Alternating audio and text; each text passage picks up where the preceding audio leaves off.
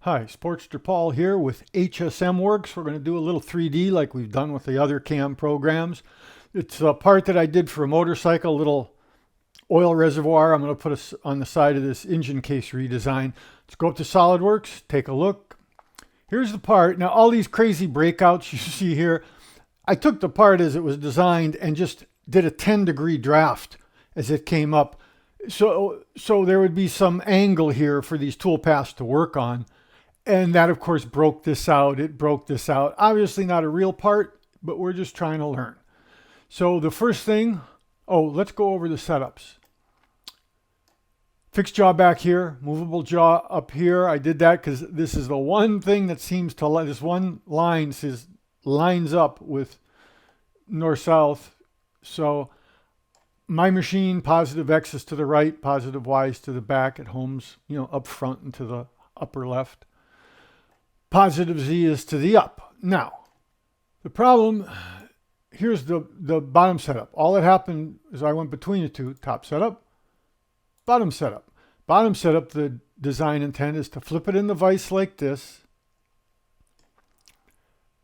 In general, you can't reference the stock for part 0 if it's two different places on the stock because the thickness of the stock will change the thickness of your part, right? This is the one exception because it's the exact same point on the stock. I haven't machined it off or done anything weird yet. So this will be valid. I can find the edge for this front face. I can find this edge here and then go down to Z to the parallel or to the table or the sacrificial surface. Find that. Now the part will be the right size. Otherwise, it's, the headache with this is I'm going to deck off 50 thousandths over the part here, this face.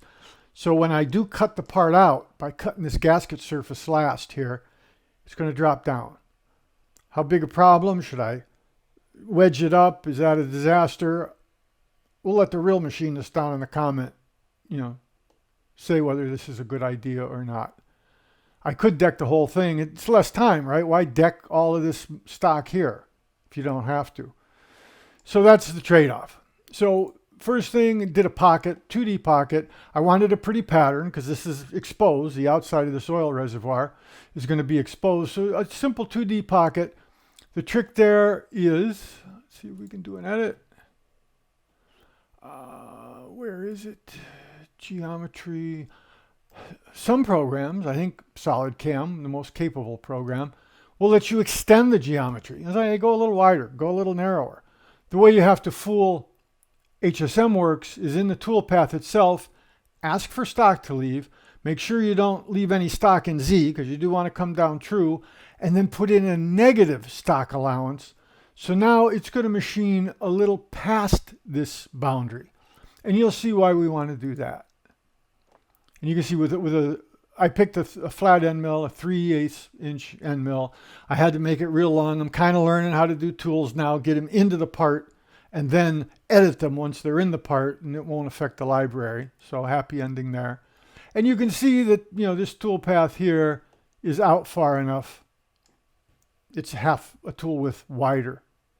And that's because when we do this contour, there it is. We're coming down, stepping down. This is straightforward stuff. The contour is this is all 2D stuff. Hope I don't bore you. The outer perimeter, it chains up just nice. The only thing here was to go here and do step downs, whereas at multiple depths, I went half of the tool diameter. And so you can see that. So that's why we went a little overshoot, because what we're going to do, we can highlight these, they stock simulation, doesn't go to the end. And you can see because we went a little wide here, it makes sure that there's not a sharp edge, right? Where the deep slot meets this top surface. So that's a happy ending. So now here I tried a bunch of different 3D toolpaths to do this outside. My headache was, try as I might, I could not get a horizontal toolpath to work. I couldn't get it to generate anything. Just kept failing and failing. I think horizontal is what other companies call constant Z. All the 3D toolpaths for most all of the vendors are a module bought from ModuleWorks, this software company in Germany, and they install that inside their software. I'm almost sure HSMWorks, because you can see similarities, Bobcad, these other companies, Visual Mill, almost certainly. Only exception might be SolidCam because they have this eye machining. So they might have done their own 3D eye machining separate from the ModuleWorks module. But you'll get a look and feel. And oh, I should mention, for all of these, what you want to do is look at Rob Lockwood, who knows what he's doing here.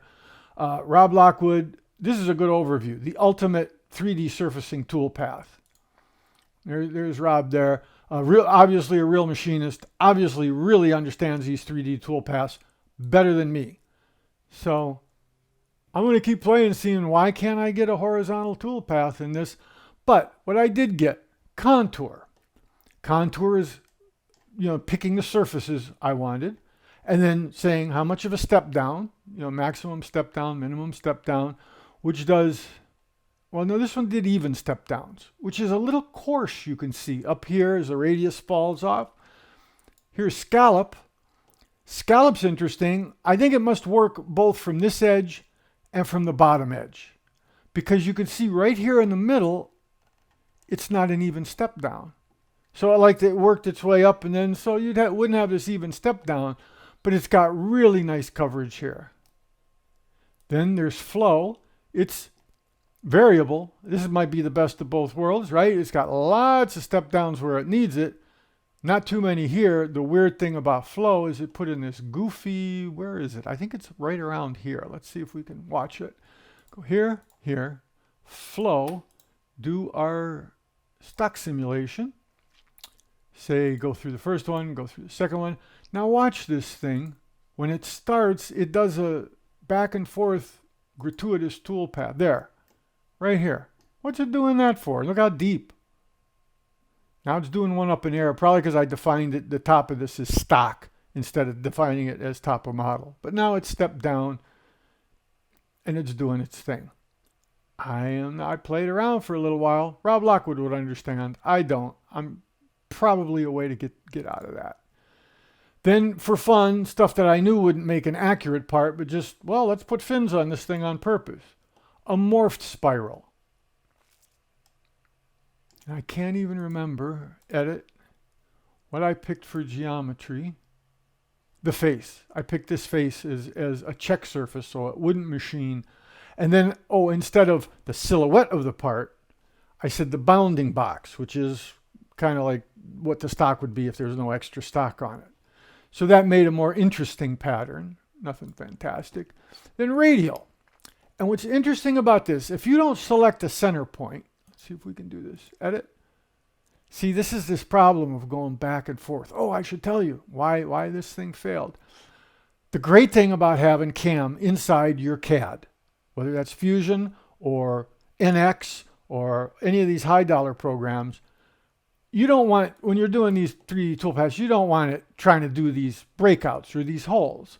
So it's easy. You go over here into SolidWorks, you go out there. Now you can do your toolpaths. There's this thing about protecting them and unprotecting them. So let's unprotect this. I thought protecting it would just, don't ever mess with it, but it still seems to get confused. So let's generate this toolpath. Hopefully it'll come back. So now this will let us edit it. And here was the trick. If you just don't give it any centers, it picks the center of the stock. Maybe it's the center of the bounding box. Not sure which. In this particular part, it happens right about here, and it goes out radial and goofy. Here, we can even show you. Oh, come on. Well, let's just clear selections. Now do its thing. See, so it starts there, and you can see it's pretty good here, but then, anywhere it's getting in line with this center point, you can see how sparse it gets. Here, it's actually pretty good. And once again, this is, do I want this pattern on the top of my part? I don't know. This was just playing around. So we'll go back to edit. We're in geometry. Sometimes it leaves the last tab. Other times it goes back to the tool. I can't figure out which. What I found out is this will do 3 separate toolpaths in one operation. You can say center here. I said do it on the arc. Center on that part of the arc and center on this part of the arc. And now when you see generate, see them see the multiple here, That original one was kind of here where it sparses out, but there's other ones on top. So that was just an interesting fact to file away. Hey, radial toolpath, multiple centers. Okay. And then I'm pretty sure, did I do a check surface there? Let's play with that. Edit. Machining boundary, not sure. Check surface. Come on. And check that. And now let's do our thing. So if you didn't want it, right, if you want to leave that pattern that I did with the 2D pocket, this is this is playing, right? This isn't a sensible way to do things. So now let's do our trick. We'll say protect this, right? Then in theory, you can come over here, go back out, show them all up, and then go back to HSMWorks. But now what happens if we try to edit this? Well, it lets us. See, obviously user error. I don't understand how protect protects and why sometimes the toolpaths get invalid. Watch my chamfer show to see how it can really waste an hour of your time. I chamfered something where one of the part zeros was. It invalidated both of the part zeros. I worked for an hour trying to get a toolpath and it just wouldn't generate any toolpath.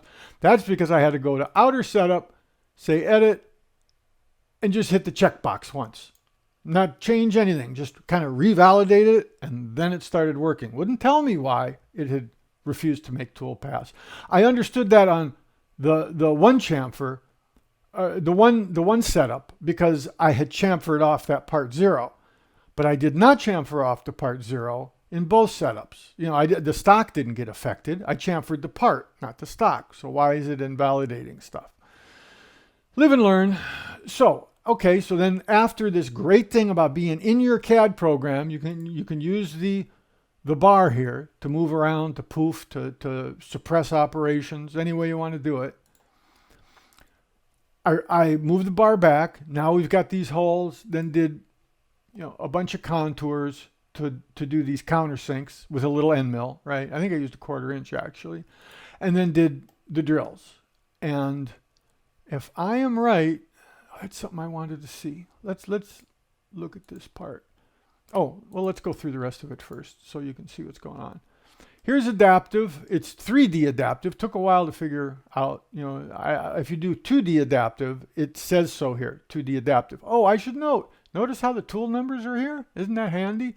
Tools, CAM, Preferences, Operation Manager, Show Tool Number. That's default unchecked. So you check that. And now here it shows the tool number. It'll let you do other tool name stuff, but this is enough, right? Just so you kind of can see, tool one. Then we switch to this 1/4 inch ball mill. Then we switch, let's see, this contour. Oh, that's a 1/4 inch flat end mill. Then the drill, then back to the 3/8 end mill, then back to the 1/4 inch ball mill, then back to that 3/8. Not the best, right? Like I say, I'm not claiming to be smart about how to set this part up. So then this does it with a 3/8 end mill, stiff, big, hog this thing out. And then the theory is come along with a 1/4 inch ball mill and get this fillet put in right. So that's that. How are we doing? 13 minutes. So let's do, there's the face. I usually rename these for my convenience. Since I'm trying to show what operations are, I left their default naming, make it a little easier to follow. So that's the top facing, 2D pocket, 2D contour, that's that deep slot. Let's do, I like scallop, right? So that'll be the outside of the part. Then we got to do these countersinks, holding the control key down. I assume you all know about that. Then the drills. Then we got to finish the part here, here, and here. Now we'll do stock simulation. We'll do the first op. There's the facing, pretty facing. There's the deep slot. Now we'll do the ball mill that's digging down. I did a step down of, I think, a 10, maybe 20 thousandths. So not a ton of step down. So that's why this takes so long. The trick on all of these 3D outside what I call the outer of the part You see how it's going down here? The trick there is, in order to get down to this edge, to get the side of that ball mill down here, you go into the heights. You set the height to start from the bottom of the part and then go down minus 0.125. So that's half the width of the ball mill. It goes down, which means the corner of that ball mill, the edge, will get to the corner of your part. And I adjusted the stock. I did this in the other companies' evaluations. So there's still a little meat. I don't know if it's enough, but I figured use a 1.5 inch stock. So there's that. Now what are we going to do? We are going to go upside. Oh, no. We haven't done our these countersinks. So do one more. Does the countersink. Then do the drills. There's the drills. Now it's got holes. What I'm not sure is if those drills were deep. In other words, do they call drill depth the flank of the drill or the tip of the drill? I found different CAD companies. One has a setting. I can't remember which one, tip or flank. So now we're here and we go one more. This is the hog out. And here I had problems. Twice I had problems where I didn't face it on the surface of the part. It was faced on the surface of the stock, which won't do anything. And I kept thinking this fillet, this Con 3D was wrong because it kept sweeping up towards the top. Well, that's just because I didn't machine this off. Same problem here. I didn't define it low enough. So it wasn't going down, this 3/8 end mill wasn't going down and doing this interface. But that's all right? It's doing the steps where that fillet is, which you'd expect. And then let's animate the rest of this. So here comes the fillet. Now it's touching here. Is that a math error? Not sure. Speed it up a little bit. Speed it up a little bit.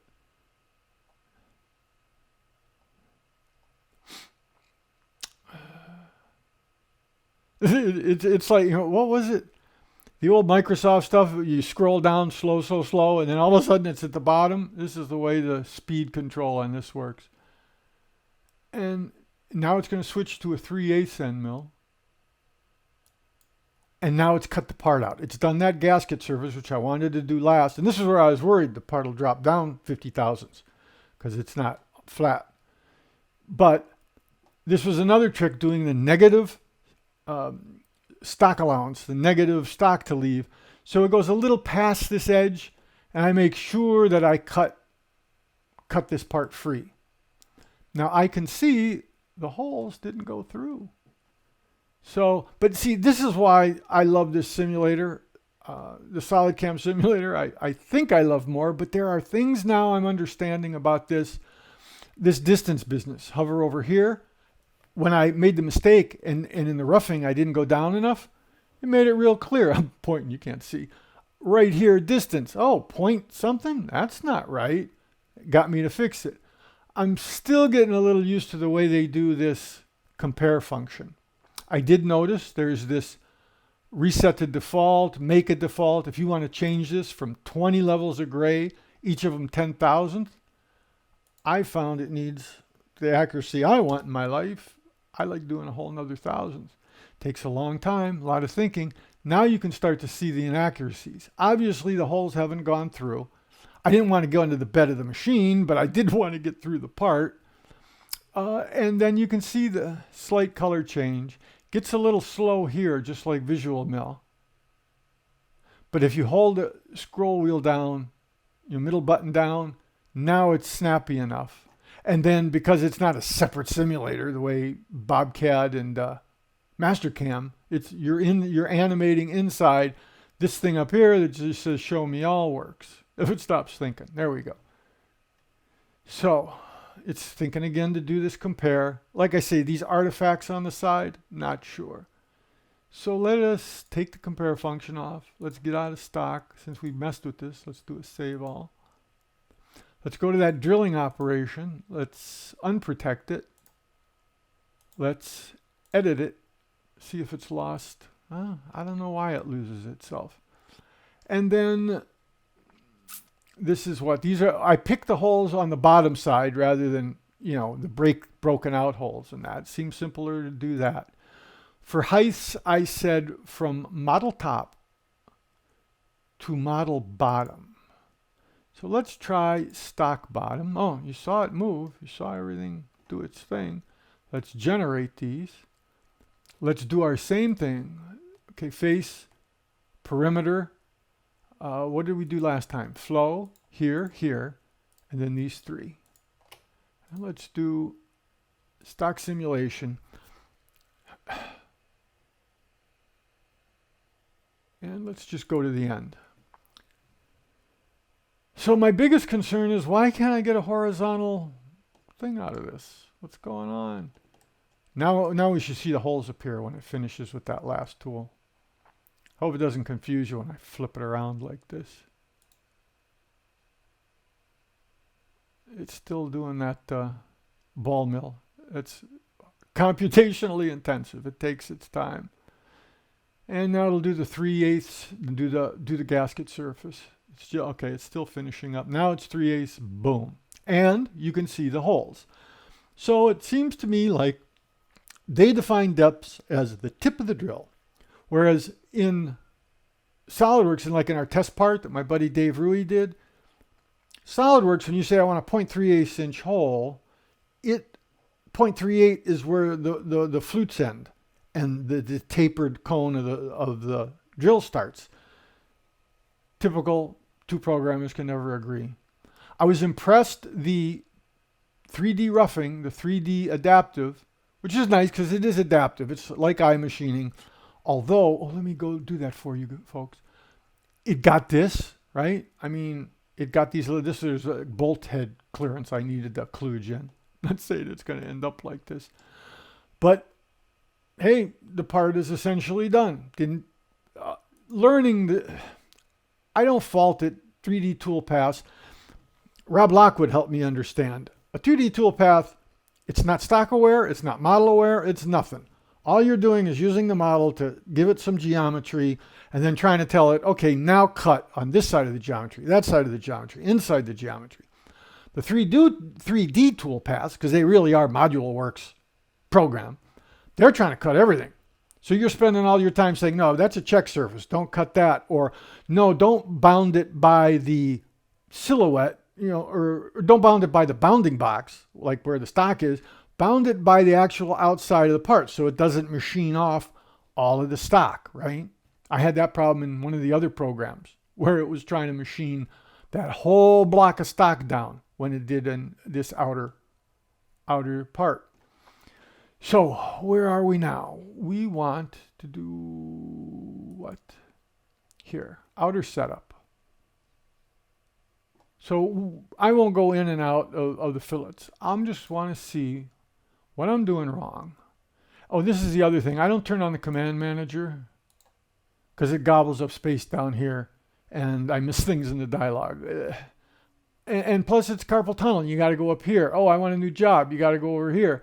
I'd rather just go here and new job, right? Less motion of the mouse if you stay concentrated here. This is one of the things I love about this program. But you may want that command manager if you're learning, because it's one of the ribbony things. And in that cam, well, I'll show you. Cam, here, preferences.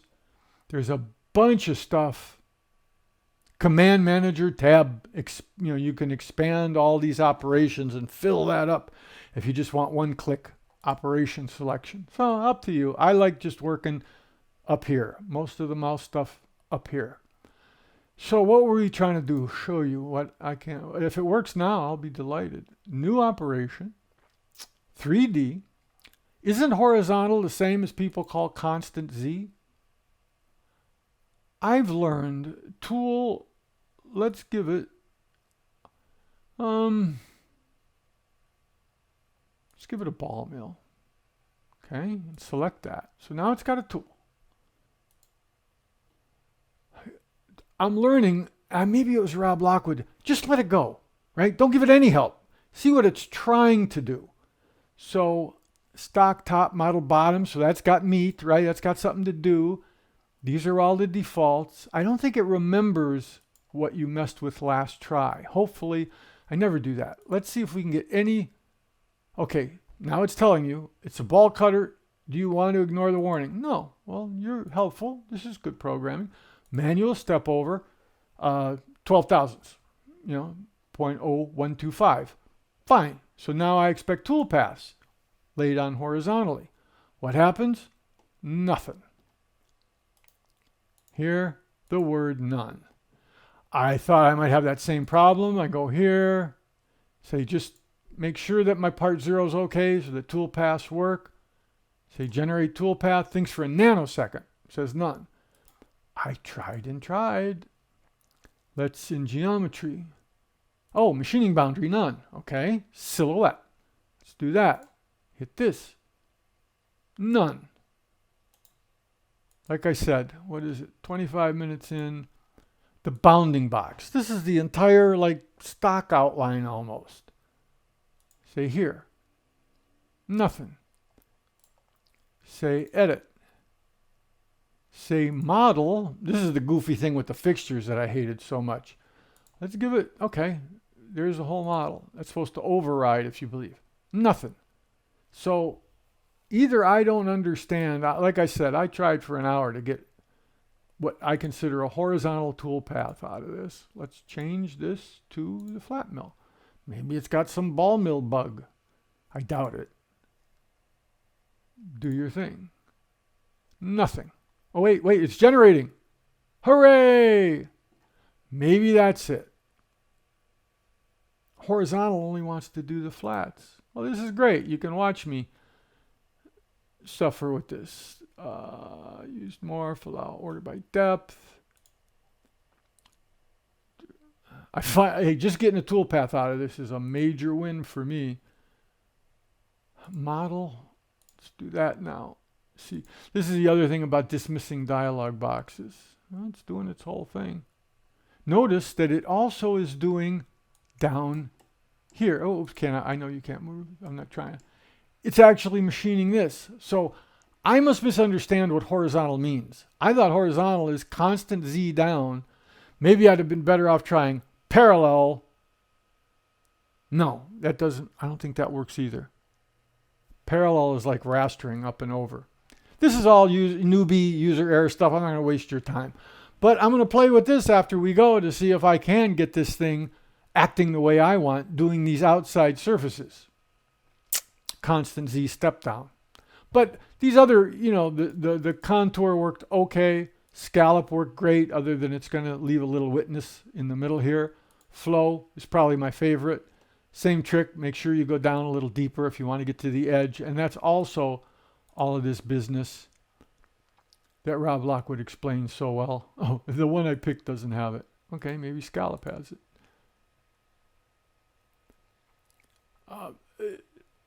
Tool outside the boundary, inside the boundary, contact point boundary, all of this business. He explains it well, and it's actually kind of straightforward as I get to understand these toolpaths.